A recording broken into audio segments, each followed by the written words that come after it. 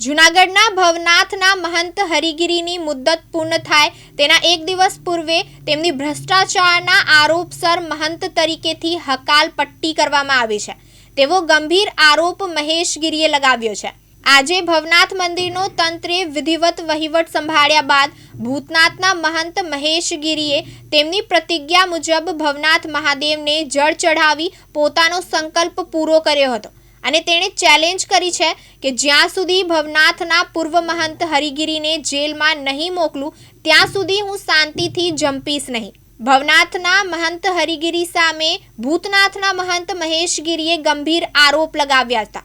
તેમણે પ્રતિજ્ઞા લીધી હતી કે જ્યાં સુધી હરિગીરીને ભવનાથમાંથી કાઢીશ નહીં ત્યાં સુધી હું ભવનાથ મહાદેવના દર્શન નહીં કરું અને તનસુખગીરીની સમાધિ પુષ્પ નહીં ચઢાવું।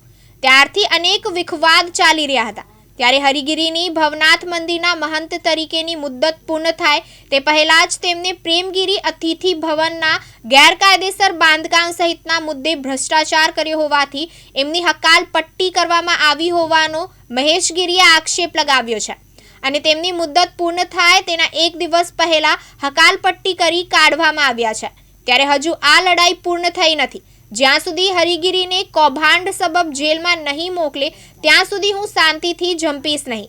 હરિગીરીએ અનેક સાધુઓ સાથે અન્યાય કર્યો છે।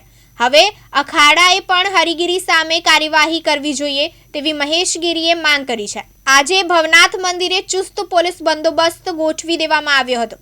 સાધુ સંતો વચ્ચે કોઈ ડખ્ખો ન થાય તે માટે આજે ભવનાથ મંદિર આસપાસ અને મંદિરમાં પોલીસના ધાડે ધાડા ગોઠવી દેવામાં આવ્યા હતા। મહેશ ગીરીએ ભવનાથ મહાદેવને જળ ચઢાવી ત્યારબાદ તેમના ચોટી ગુરુ તનસુખગીરીની સમાધિએ દર્શન કરી સંકલ્પ પૂરો કર્યો છે।